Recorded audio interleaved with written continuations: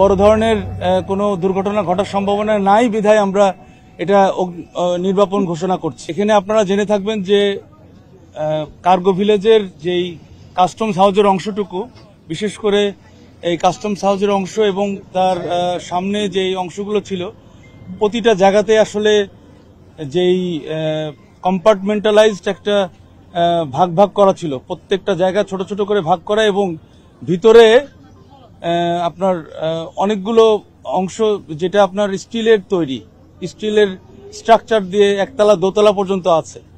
এখানে অনেক কম্বাসেবল ম্যাটেরিয়াল ছিল, মানে হ্যাজার্ডাস যে ম্যাটেরিয়াল এর লোডটা অনেক বেশি, মানে অকুপেন্সি লোডটা অনেক বেশি, যেটার জন্য আমাদের এত সময় লেগেছে।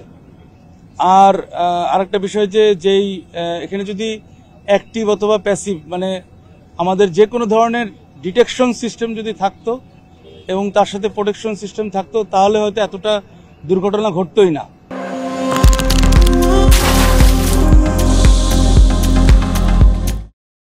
এই ধরনের কোনো বিষয় আমরা এখানে পাইনি, যার কারণে আমাদেরও বেগ পেতে হচ্ছে, আমাদেরও তদন্ত করে বের করতে হবে আসলে কখন কিভাবে এই আগুনটা ধরে। যাই হোক, আমাদের নির্বাপন দিলেও যেহেতু এখানে স্টিল স্ট্রাকচারের ইস্যুটা অনেক বেশি, এরা হিট অনেক অ্যাবজর্ব করেছে এবং হিট এখনো রিলিজ করছে।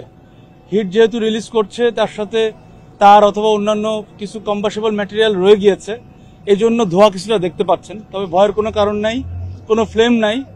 আর ফ্লেম যদি হয়ও, তাহলে আমাদের 4টা ইউনিট এখানে অবস্থান করবে টিল যতক্ষণ পর্যন্ত আপনার এই ধোঁয়াগুলো থাকবে।